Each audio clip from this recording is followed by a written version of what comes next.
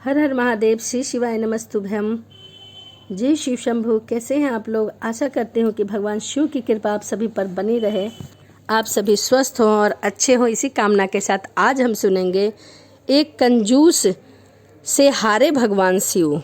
यह एक बहुत ही रोचक और हास्यपूर्ण कथा है। एक भक्त थे, वो बहुत कंजूस थे और उससे भगवान शिव किस प्रकार से हारे हैं, आइए कहानी के माध्यम से मैं आपको सुनाती हूँ। एक समय की बात है, एक बहुत ही कंजूस व्यक्ति था। उस व्यक्ति का नाम दानचंद था। उसके पास धन तो बहुत था, परंतु वह एक दमड़ी तक भी किसी को नहीं देता था, क्योंकि वह बहुत कंजूस था। परंतु उसने कभी भी किसी को दान पुण्य नहीं किया था। दान पुण्य करने में जैसे उसके प्राण ही निकल जाते थे। उसने प्रण ले रखा था कि जीवन में कभी किसी को कुछ भी दान नहीं करूँगा।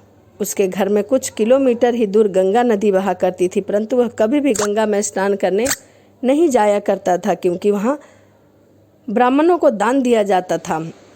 इसी डर से वह गंगा में स्नान करने कभी भी नहीं जाया करता था, क्योंकि उन्हें ब्राह्मण और पंडितों को दान देना पड़ेगा। उसकी पत्नी उसे दान पुण्य करने के लिए प्रतिदिन कहा करती थी, बहुत कोसा करती थी, परंतु वह कुछ नहीं कहता था। इतनी बड़ी दुनिया में हमारा छोटा सा दान करने से क्या होगा। एक दिन उसकी पत्नी ने कहा, अब तो आपका बुढ़ापा आ गया है, आप दान पुण्य तो कुछ करते नहीं, कम से कम एक बार जाकर गंगा स्नान ही कराओ। पत्नी की बात मानकर उसने गंगा स्नान करने की हामी भर दी।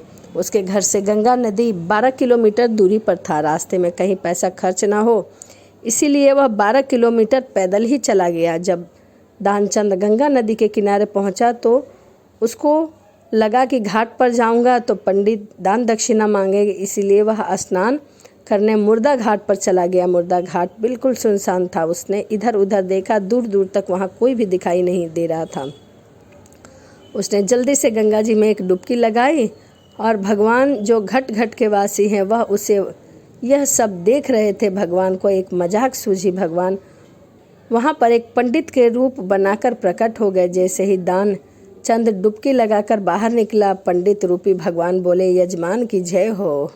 पंडित को देखते ही दानचंद कांप गया। वह बोला, यहाँ तो हद ही हो गई, यहाँ पंडा तो मुर्दा घाट पर भी आ गया। पंडित ने बताया कि मैं एक संतोषी ब्राह्मण हूँ और एकांत में यहाँ मुर्दा घाट पर ही पड़ा रहता हूँ।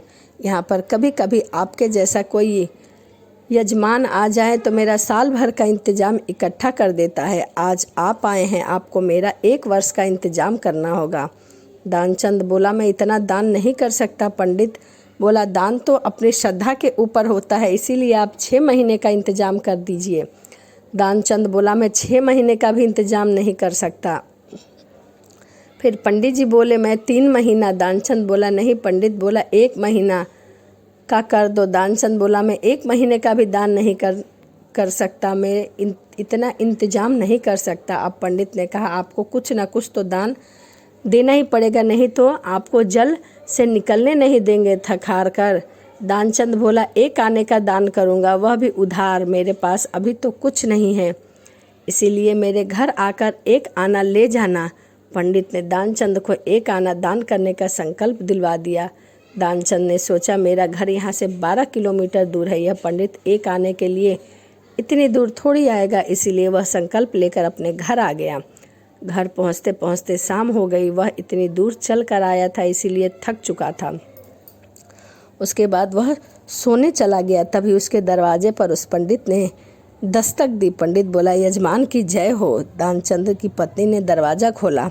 वह पंडित को देखकर लौटी और दानचंद से पूछा, क्या किसी पंडित को कुछ देने के लिए आपने घर पर बुलाया था?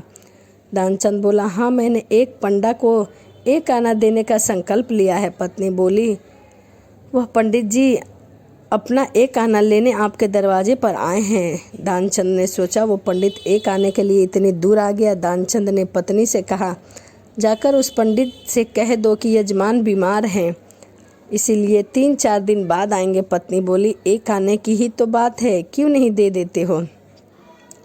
दानचंद बोला, मैं किसी को कुछ नहीं देने वाला, जाकर उससे कह दो कि यजमान बीमार है, इसीलिए कुछ दिन बाद आवे। पत्नी ने दुखी जैसा मुंह बनाया और पंडित से बोले, महाराज, मेरे पति आज इतनी दूर से पैदल चल कर आए हैं, इसीलिए वह बहुत थके हुए हैं और वह बीमार भी हैं, इसीलिए आप कृपया करके 2-4 दिन बाद आना।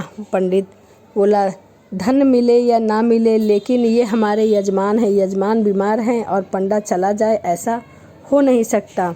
जब तक यह स्वस्थ नहीं हो जाते तब तक हम यहीं रहेंगे। हमारा यहाँ रहने का इंतजाम कर दिया जाए।